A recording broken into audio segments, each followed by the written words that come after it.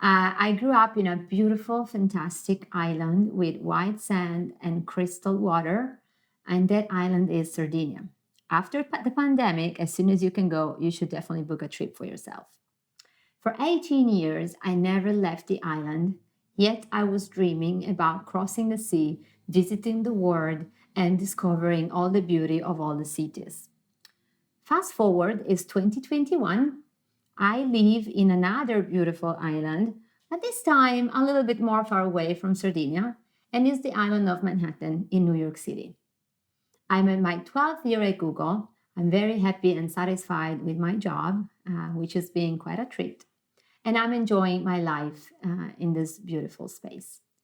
How on earth did I get here?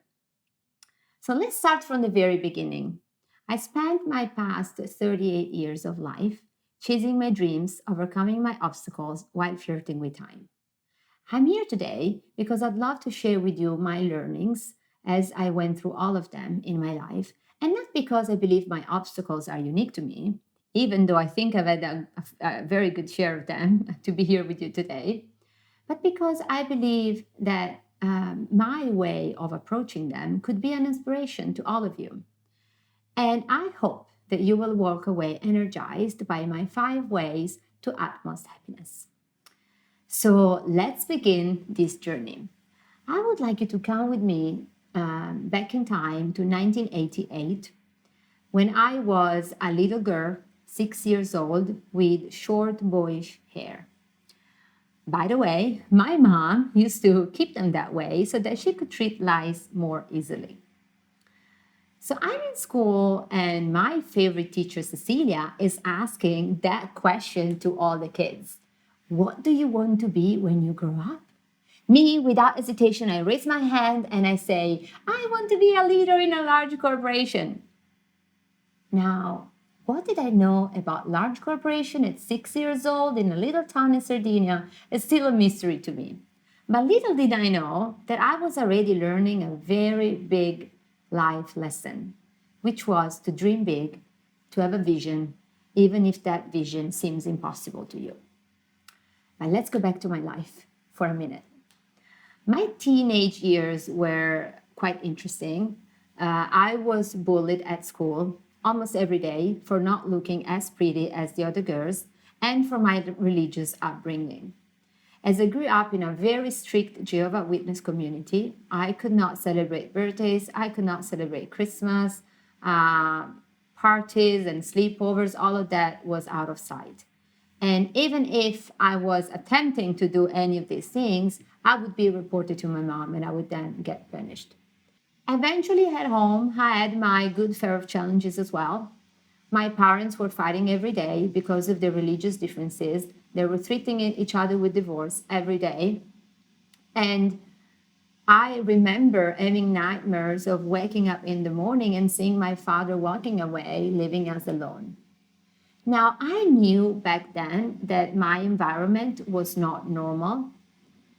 Water falling from the ceiling every winter, cute little rats visiting us every summer. You know, I still enjoy seeing the rats in the street of Manhattan, but right now from my apartment, I have to say. And while I was thinking, how could I escape that environment, my only survival were my books.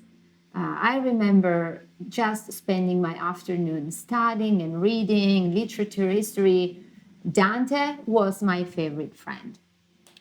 So while I was plotting my liberation, the only way that I could think about planning things was about doing any possible job in summer to raise some money to cross that sea. Selling ice cream under the burning sun in fantastic Sardinian locations or cleaning apartments all over just to make a little money to pay for my trip to Italy. The best news of my life back then arrived when I was 18 years old. The day that the college I've applied sent me a letter that I was accepted and that they were offering me a scholarship just to study there. In that moment, I could see the light at the end of the tunnel. And I still remember vividly the night that with my mom, we boarded that ferry from Olbia to Genoa to cross that sea. By the way, we wish we could have done it with a flight, but flights were way too expensive back then. After those super long 15 hours of navigation and, train and buses and everything, we arrived in Milan.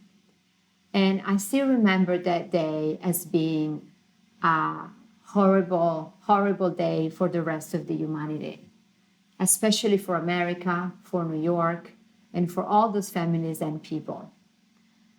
That day that I call my second birthday was the 9/11. And life truly came full circle because now is only a few blocks from my place. But let's go back to that night when I arrived in Milan. And I knew there was one more thing that I needed to close before I could be totally happy, which was cutting my dead ends. So I had to tell to my mom that I've been lying all those years and that my only plan since the very beginning was to escape and go to Milan to study for college.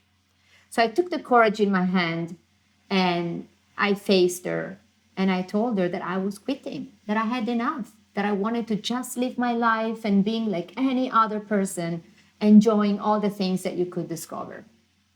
For her, this was the most dreadful news that she could hear. She didn't speak to me for a year when I quit, but it was the only way for me to finally get relief and really be happy and enjoy my life.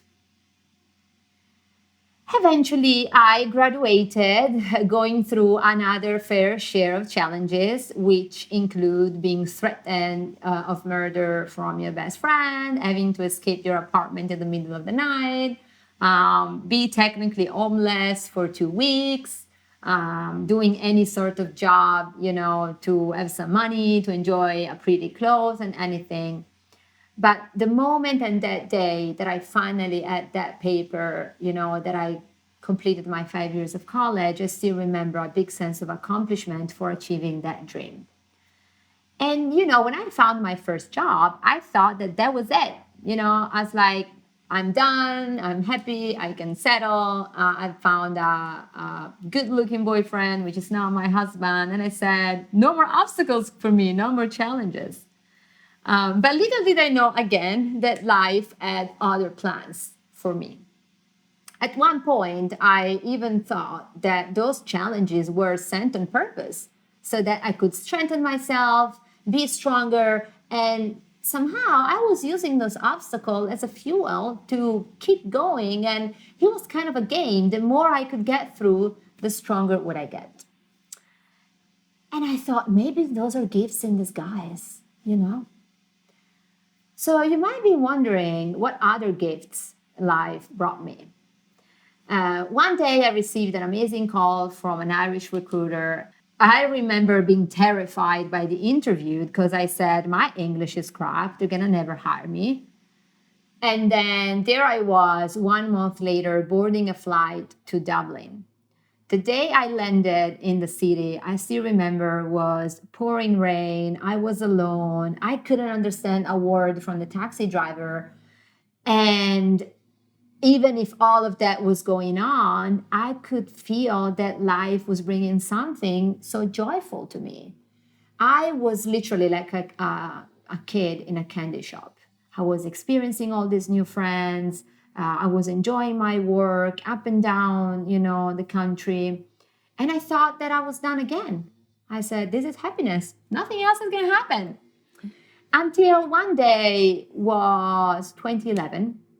And my mom is calling me. Luckily, she was talking to me again after all these years. And she had forgot about me doing that to her.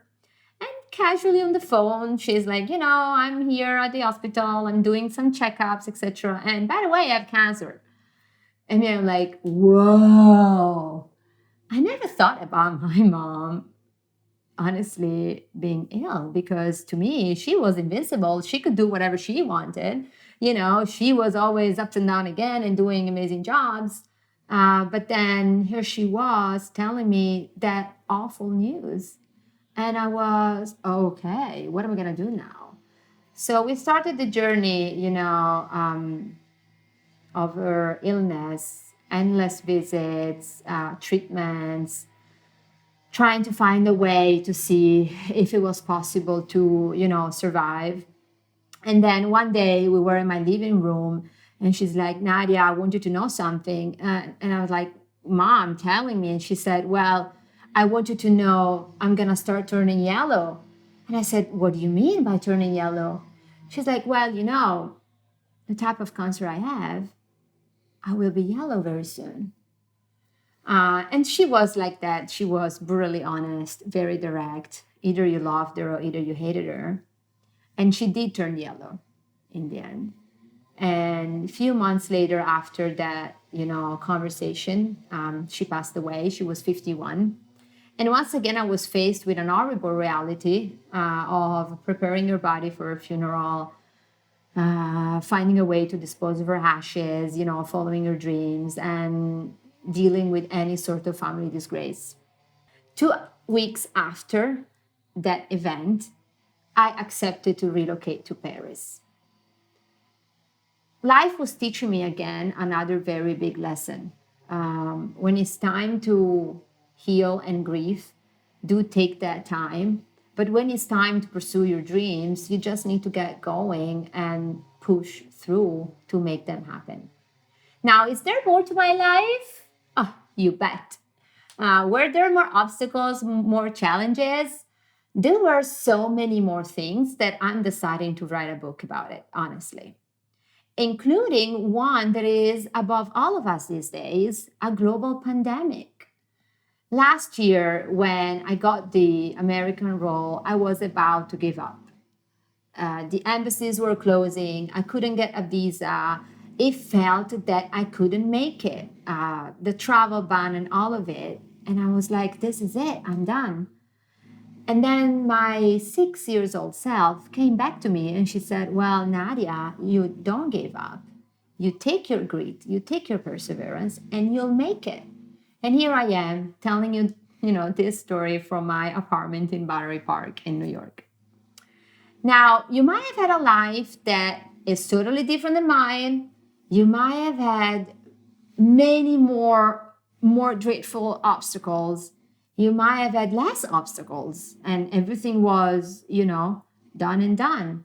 But what can be the same in every situation is the grit and the energy and the tactics that you line up to pursue your dreams. So I want to conclude my talk today in sharing my 5 ways, my 5 learnings to really chase your dreams. So number 1, dream big. And when you think that big is enough, dream bigger. Have a vision. Make those, things, even the most impossible, real in your head. Because it's in that moment that you'll see the possibilities. And number 2, accept the obstacles that you're given for what they are. Sometimes they can be gifts in disguise, and only after you're going to find out. Number 3, cut the dead ends.